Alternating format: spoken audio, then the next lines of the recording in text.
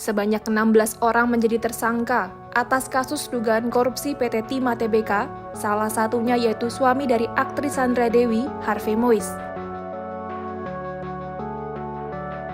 Harvey merupakan petinggi di perusahaan smelter timah swasta terbesar, PT Refine Bangkatin.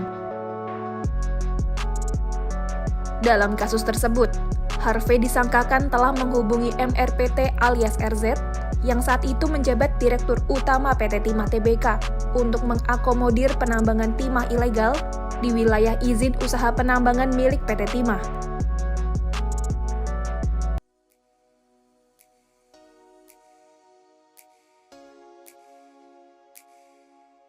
Kenapa tuh? Ini Wak, kasus lagi viral loh yang 270 T itu. Tahu nih, tahu. Soalnya lagi viral-viral nih, banyak nih. Oh iya, ada kan tuh yang tugas dari Bu Ari itu kan? Oh iya ada tahu. Kayak gimana tuh? Video apa? Nah ini aku ada nih video tentang penjelasan tentang pendidikan korupsi.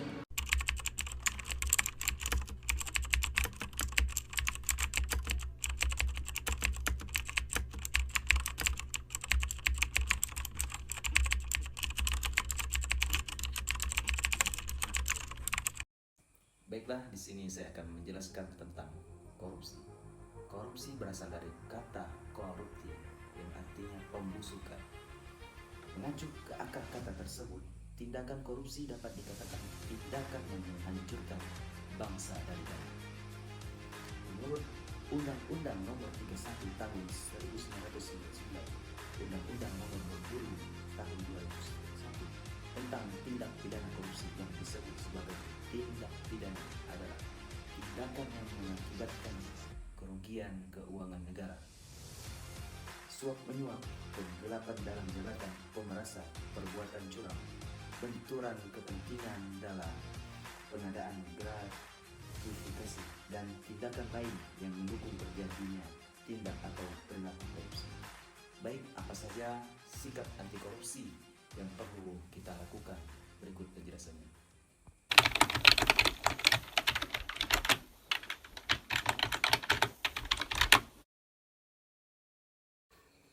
Apa saja sikap anti korupsi yang dapat kita terapkan di kehidupan sehari-hari?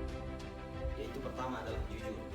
Jika kita sudah jujur, maka kita tidak akan mengkorupsi dana-dana ataupun yang lain sebagainya sebagai upaya kita untuk meraih keuntungan pribadi maupun orang lain. Berikut contoh video yang menyatakan sikap yang tidak jujur. Bermula ada seorang nama Fadil hidup di sebuah kafe dan dia meletakkan dompetnya, dan begitu pula dia ingin cepat-cepat pulang dan meninggalkan dompetnya. Si Noval dan si Syarif Rahman sedang berada di kafe itu. Dia melihat dompet Fadil tertinggal.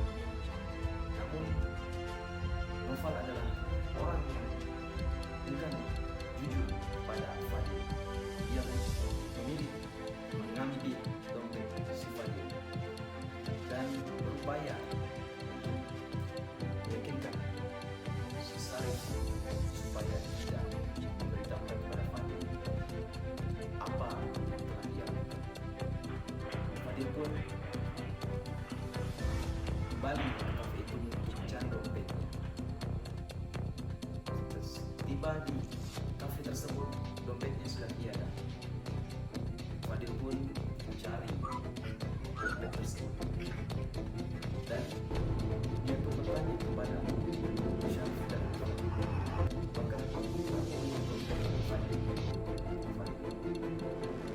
Namun Taufik ingin berkata jujur, namun tidak dengan Noval. Noval lebih memilih mengatakan tidak jujur dan Fadil pun pulang.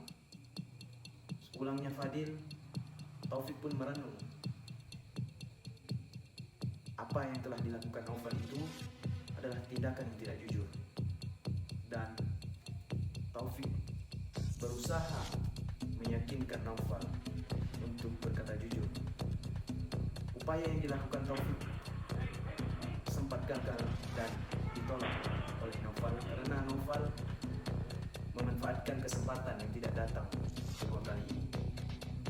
maka si Taufik pun tidak menyerah untuk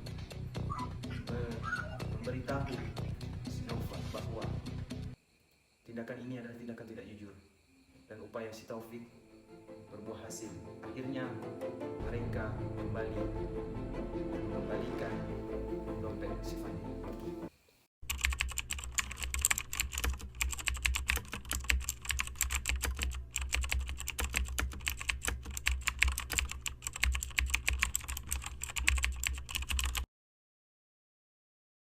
Baik kawan-kawan, di sini saya akan menjelaskan tentang disiplin dan bertanggung jawab. Jadi, disiplin dalam konteks pendidikan anti korupsi merujuk pada kesediaan dan kemampuan untuk mematuhi aturan, prosedur, dan standar etika dengan konsisten.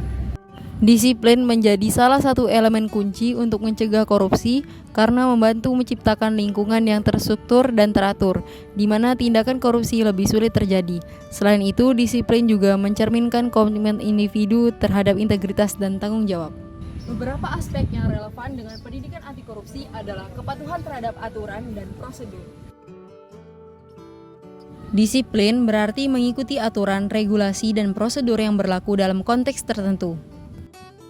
Yang kedua, komitmen terhadap kinerja yang baik. Disiplin dalam bekerja berarti melakukan tugas dengan baik dan konsisten. Yang ketiga, penggunaan waktu dan sumber daya secara efektif. Disiplin melibatkan manajemen waktu dan sumber daya yang efisien.